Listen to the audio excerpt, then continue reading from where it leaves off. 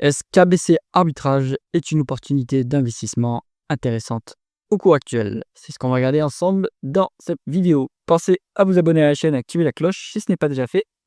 On commence tout de suite avec le cours de l'arbitragiste. On est sur un cours qui a bien monté finalement depuis 10 ans. On a fait un petit 2 fois et demi. Bon, c'est pas mal.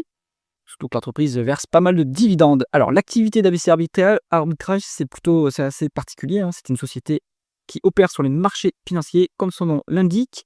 Elle déploie des stratégies d'arbitrage sur les marchés financiers. Donc, c'est pas du trading haute fréquence, c'est de l'arbitrage statistique. Donc, la matière première, ça va être évidemment du capital financier qu'on va venir placer sur des stratégies, alors plutôt des stratégies de niche, hein, c'est-à-dire qu'on va pas déployer un énorme montant sur quelques stratégies. L'idée, c'est plutôt d'avoir une fraction du capital qui est déployée sur plusieurs dizaines, voire centaines de stratégies d'arbitrage.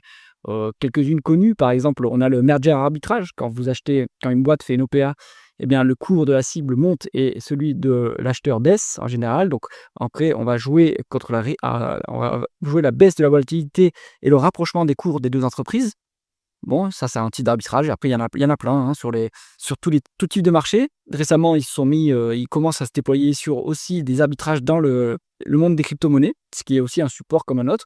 Leur matière première, vous l'aurez compris, c'est la volatilité. Donc, structurellement, pour comprendre comment l'entreprise gagne de l'argent, vous regardez les indicateurs de volatilité.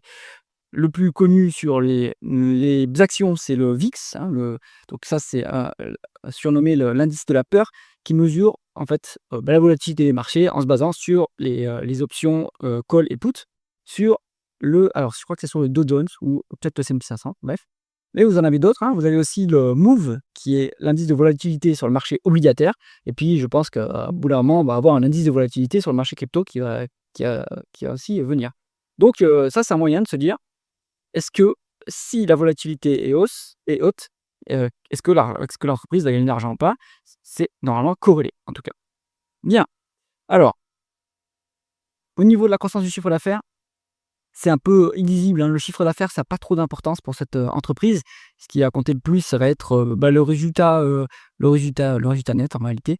Ici, bon, on a un chiffre d'affaires qui est en médiane décroissant, mais on voit qu'il y a des fortes hausses, et ça correspond à des pics de volatilité, hein. Vous voyez ici, 2020, hop, 2024, la volatilité baisse, etc. Bon, c'est pas un indicateur très pertinent pour suivre cette entreprise. Au niveau des taux de marge, c'est pareil. Alors, le taux de marge brut, il faut voir comment il le calcule. Ce qu'il va falloir regarder plutôt, ça va être le taux de marge d'EBITDA et le taux de marge net. Bon, voilà, en fait, comme ils font du résultat financier, parfois le taux de marge net passe au-dessus du taux de marge d'EBITDA. Bon, ce qu'on peut voir, en fait, cette société, elle est pas, on peut pas l'étudier comme d'autres sociétés. C'est déjà une société financière, mais en plus hyper volatile, puisque sa matière première, c'est la volatilité. Donc, la volatilité, par définition, ça bouge pas mal. Sur le marché, ça va dépendre des pics de stress. Bon, ce qu'on voit, c'est que, on est quand même sur les taux de marge qui sont très élevés. Les taux de marge net à 52% actuellement, c'était pas mal, hein. Sur l'année 2024, il y a eu beaucoup de volatilité, donc l'entreprise a fait du résultat.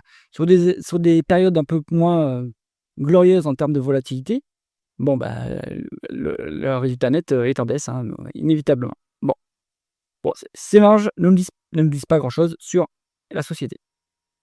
On peut pas, comme c'est une société financière, on va pas trop se pencher sur les free cash flow, ça n'a pas trop de sens. En revanche, ce qu'on peut aller regarder sur cette société, c'est d'une part la rentabilité. Si on regarde le rendement des fonds propres, donc c'est d'ailleurs une métrique qui est pas mal suivie par l'entreprise elle-même, hein. C'est un indicateur ils ont une cible en fait de ROE qui communique au marché. Donc la société, elle publie de façon semestrielle, hein, et donc vous avez l'information finalement avec un peu de retard malheureusement, mais c'est ainsi pour cette société qui est une petite, voilà, c'est quand même une small cap, hein, 362 millions. Bon, la rentabilité, c'est actuellement du 17%, ce qui est pas mal, hein, en termes de rendement des fonds propres. De plus, ils ont pas d'endettement du tout, hein, ils sont cash net, mais on va y venir après. Ce cash, évidemment, c'est leur outil de travail, hein. Bon, en médiane, sur 10 ans, c'est 16,4%, c'est très bon, hein. C'est très bon. En termes de sur 20 ans, c'est un peu plus, 18, mais en même temps, voilà, vous avez ici 2008, hein, donc fin du monde du capitalisme, fin du monde capitaliste, on va dire. Du coup, volatilité énorme. Là, ils ont gagné beaucoup, beaucoup d'argent. Derrière, qu'est-ce qui s'est passé? C'est alors, si je dis pas de bêtises, c'est en 2014, hein, ou en 2012, peut-être en 2014, le quantitative easing en Europe et donc mais même partout dans le monde, hein, même la Fed a fait du quantitative easing, hein, donc assouplissement quantitatif. Le but étant de, en fait, faire baisser le marché obligataire. Bon, pour, et l'impact que ça a eu, c'est qu'en gros, la volatilité a énormément baissé. Pourquoi? Parce que, vous avez derrière la certitude que les banques centrales vont injecter la liquidité pour, pallier à tout problème sur les marchés. Donc, c'est pour ça que sur, 2014 à 2016, c'était plutôt, vache maigre en termes de rendement des fonds propres. Après, on a des périodes, de volatilité faible. Alors ici, je ne sais pas pourquoi est-ce que leur ROE a autant baissé. De mémoire, on n'est pas sur une rentabilité faible, hein, sur de 2024. Donc là, il faut aller dans les comptes de résultats. Mais bon, je ne suis pas sûr qu'on revienne à cette médiane de 18. Je pense que ça, c'est un objectif, ambitieux. Peut-être qu'on peut plus se recentrer sur voilà, la médiane. Actuellement, on est sur la médiane et je pense que c'est, ce qu'on aura sur le long terme pour, ABC Arbitrage.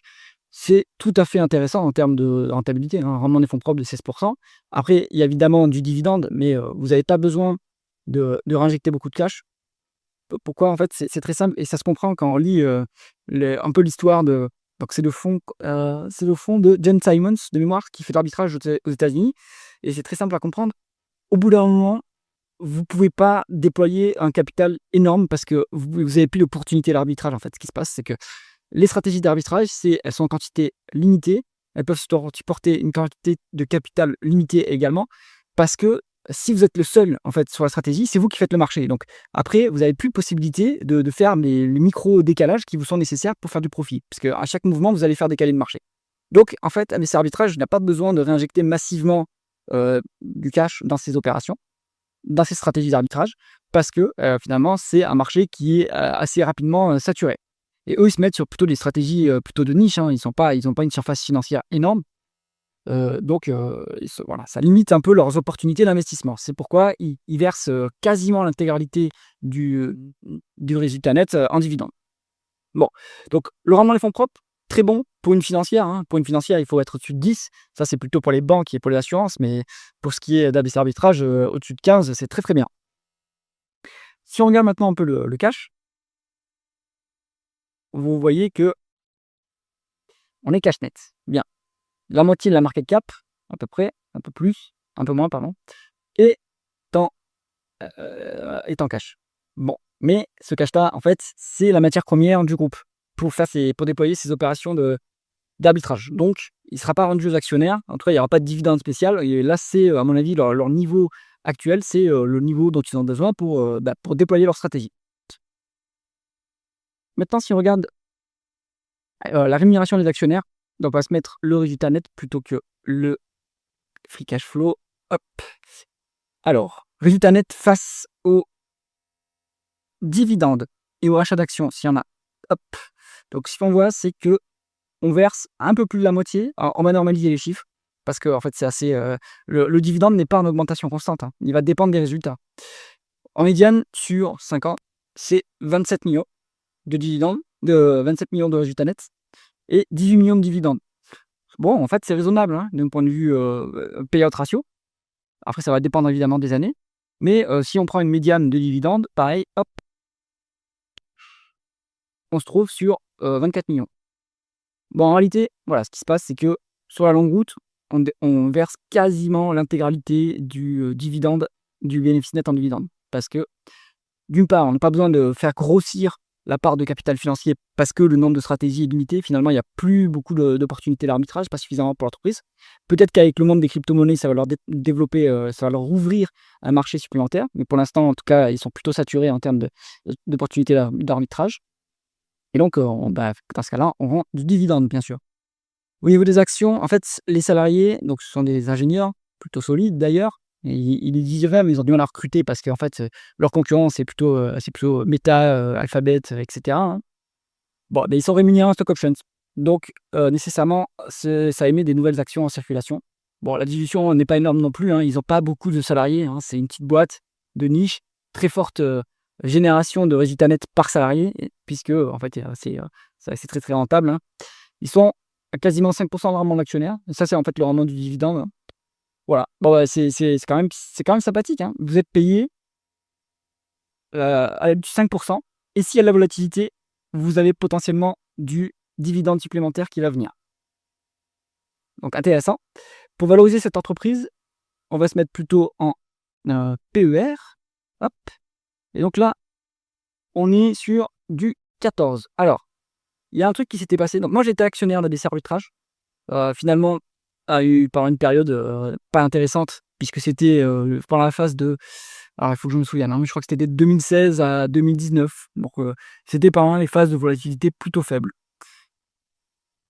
Depuis, on était, donc à l'époque, l'entreprise, le cours de l'action ne bougeait pas trop. Le dividende était assuré, mais il devait, quand même piocher dans les réserves pour verser ce dividende.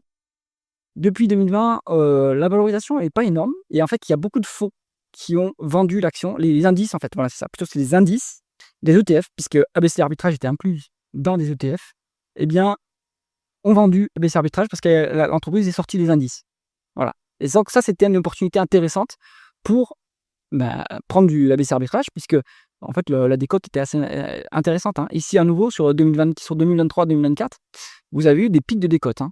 Bon, finalement, actuellement, on n'est pas sur une décote, très importante, hein, peut-être 10 de décote, mais je pense que ça peut se payer 15 fois du ABC Arbitrage parce que, le business est qualitatif. Si on compare, le comparable auquel je peux penser, c'est une boîte, dont j'ai été actionnaire également, c'est Flow Traders. C'est pas le même métier. Donc Flow Traders, eux, leur matière première, c'est aussi la volatilité, mais eux, ils font pas de l'arbitrage, ils aident les indices, les ETF justement, à faire, en gros à mettre à jour constamment les pondérations. Donc en fait, c'est eux, ils font pour le coup, plus du trading en fréquence, hein, Flow Traders. Ils se rémunèrent en fait sur, la micro-marge qu'ils peuvent se prendre quand, ils passent les ordres pour leurs clients. Donc en termes de PER, on va se mettre ici, ça se paye pas non plus, très cher de mémoire. Toc, bah, ça se paye pas du tout cher, hein. Donc Flow Traders, c'est 6 fois. D'ailleurs, c'est quasiment au plus bas. Et ABC, c'est à 14 fois. Bon, j'ai pas trop d'autres comparables en tête. Il y a peut-être, Virtu Financial, c'est de moi, qui fait mais eux, ce sont plutôt de la ça, c'est du trading haute fréquence, en revanche, hein, et puis ils sont américains, donc en général, c'est plus valorisé que les Européens. Je rafraîchis ma page, sinon ça s'actualise pas, j'ai l'impression. Donc voilà, en termes de comparables, on va prendre plutôt, on va regarder Virtu Financial qui bon, j'ai pas la métrique malheureusement.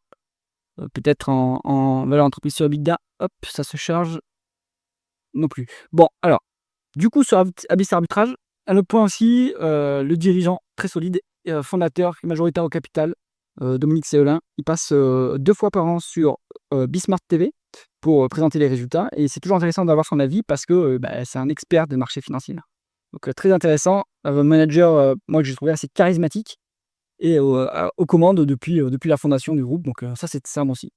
ABC Arbitrage, du coup, vous avez 5% de dividendes à peu près et un call sur le VIX. C'est-à-dire que si la volatilité augmente, vous allez avoir du dividende supplémentaire. Donc, vous êtes protégé contre la volatilité avec ce titre.